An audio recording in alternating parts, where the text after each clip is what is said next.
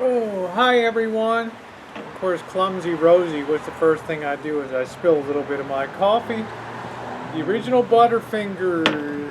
Good afternoon, everybody. I was watching a little bit of my sweet sister Shay's upload on the Walking on Sunshine channel. And Shay's just a beautiful person because Shay is as real as it gets when it comes to sharing life. Every day. That's what I think I love about her most is she just tells it like it is. There's no bullshit. Very honest person. And what she was talking about today was, an upload about the Tranny Challenge too, which I began today on part two. And when I talk about being fat in the sense of me being fat, I mean I got a little bit of a pudge, but I want to gear this to the gals that have significant weight issues that want to try to deal with it, to maybe provide a little extra motivation besides just jumping around in the kitchen in the morning, and for entertainment. And as Missy Jen always tells me, Rosie, life's not always shits and giggles. And this is one of these times I really want to drill down on the topic and try to help if I can. A lot of us, as we get older, we face weight issues, not so much because our dietary habits change, but because we slow down a lot. Okay, we tend to, as we get into our 40s and 50s, maybe we don't play softball like we did in our 20s and 30s, and then we don't walk the dog as much as we used to, and we don't get out and exercise. We don't go to the pool. Because we tend, as we get older, to take the path of least resistance when it comes to doing things. That easy chair, that comfortable chair looks better and better. And that TV looks better and better every year that goes by. And it's almost like society conspires to make it more difficult for you to be active and therefore at least maintain your weight, if not gain weight. What happens is we tend to gain weight. The other thing is the availability of fast food in this nation has been nothing short of a disaster. And I see it every day on the medical end, on the front lines of medical clinics with 25-year-old guys and girls with having to take insulin shots now because their diabetes is so out of control and their diets are so terrible. Because they're loaded with saturated fats and meats, they're loaded with carbohydrates, and what they're not loaded with is vegetables and fruits and nutritious foods. And, we often have families where two parents have to work. You need multiple breadwinners in the family. And that makes it even harder. You come home at the end of the day, I know I do sometimes from the medical clinic, and I just want to collapse. I just want to drop on the bed, turn on a show, and just kick back and relax. Pick up the phone, order a nice large pizza in here, and let her rip. And I'll tell you, at 5'6", I'd be 5'6" sideways after a year or so. So I'm committed to try to fight back as I get older to continue doing the things that I've always done and even do more of. So when I'm doing renovation projects and I'm always moving, cutting and bending and lifting and crawling, all those things that help maintain muscle tone. And I know I'm 56 years old. I got a little pooch and stuff, but I'm proud of the way that I look. Because I work to stay in shape. The other thing I do, and if I can encourage everybody, if I could cast a spell, and one spell to help everybody lose weight out there, it would be to forget about that fast food was ever invented. Now you might say, Rosie, how often do you go to get fast food? I think once a month, sometimes once every other month. I get a large vanilla milkshake from Jack in the Box. I couldn't even tell you what's on Jack in the Box's menu. I don't know. I know they're just the last place that makes a real honest milkshake with ice cream and real ice cream and not simulated genuine imitation soy product. But the thing is, I've never eaten at a Taco Bell. Okay, I've maybe Carl's Jr. I've been in 2 times. Once with Janet and Bobby and the boss down in near their home before we went to the amusement park. And that was so greasy, I just ended up throwing up after one of the rides and destroying my nice Berkeley white sweatshirt. The point is, I've never really felt an addiction or a need to have fast food, and because I don't have that in my life, I think it kind of shows.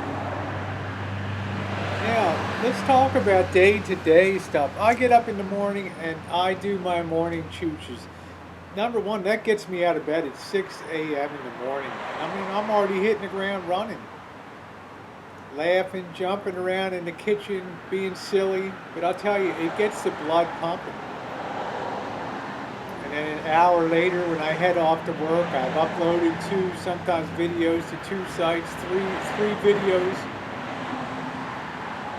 And I'm already feeling good about the day because I'm thinking I'm bringing joys and smiles to people's faces in the morning. That's a feel-good feeling. Some people get that feeling by they acquire a taste for fat and that need for fat in food. I get to work and about 10:15 I might have another cup of coffee. I always have a cup of coffee around 10:15. Then I go to the refrigerator and I have a block of cheese. Sharp cheddar cheese. I have one at home too. Missy Jen bought for me. And I might cut off about a 1/2 inch piece of it and have that for my morning sort of snack. Now I don't eat breakfast here because I'm not hungry first thing in the morning. And if more people would stop eating unless they were hungry, they'd lose a lot of weight. But we get in the habit of, well, I got to have the big feed in the morning. Well, you might not even be hungry for it yet. Okay, so then lunchtime comes around. I roll down the street. I get a couple sodas. I get a bag of small Lay's chips. They have those 2 for $1. I get one of them, and I get an icicle, usually a lime popsicle. That's it.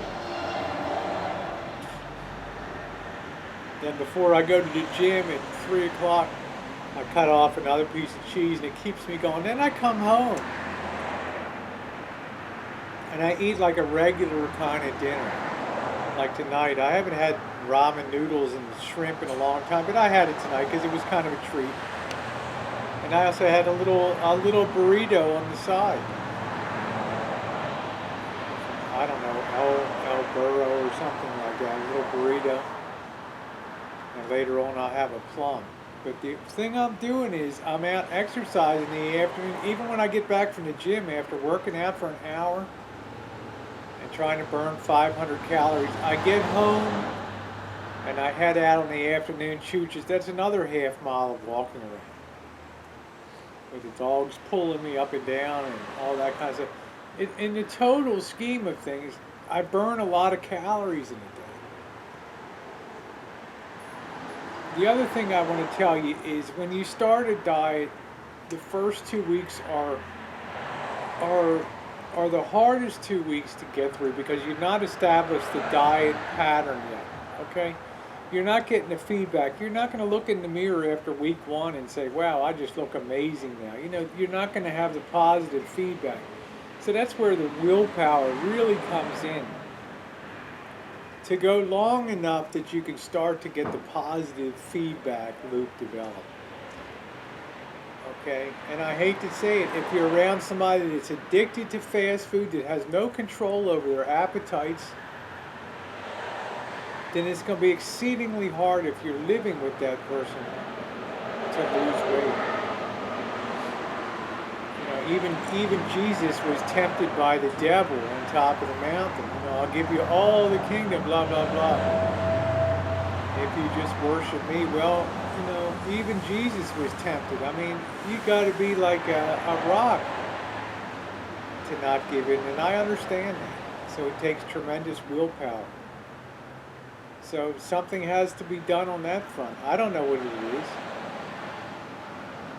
Maybe tell that person, if you're going to eat away from me. Eat outside.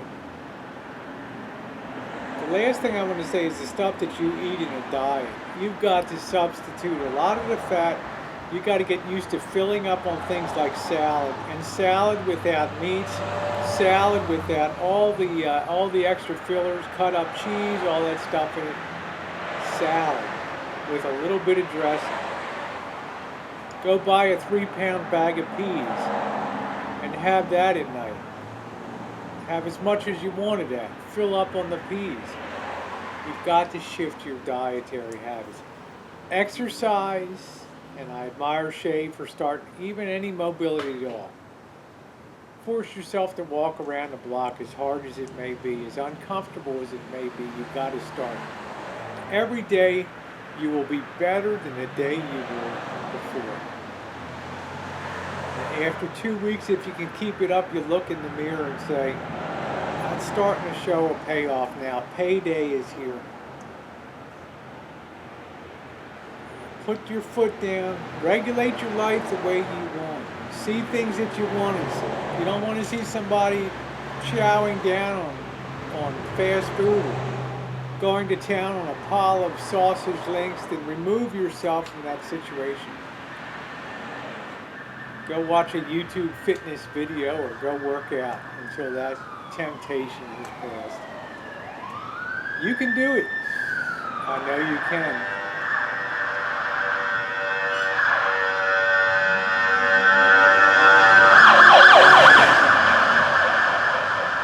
Somebody's gonna get it.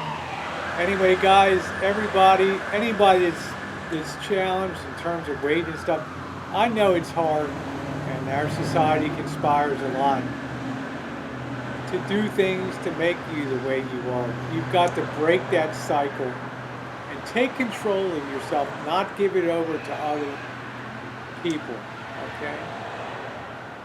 I do wish you the best, Shay, on the Fat Tranny Challenge, too. I'm right there with you, chooching along. And as usual, your videos inspire many people, too. Thanks for watching.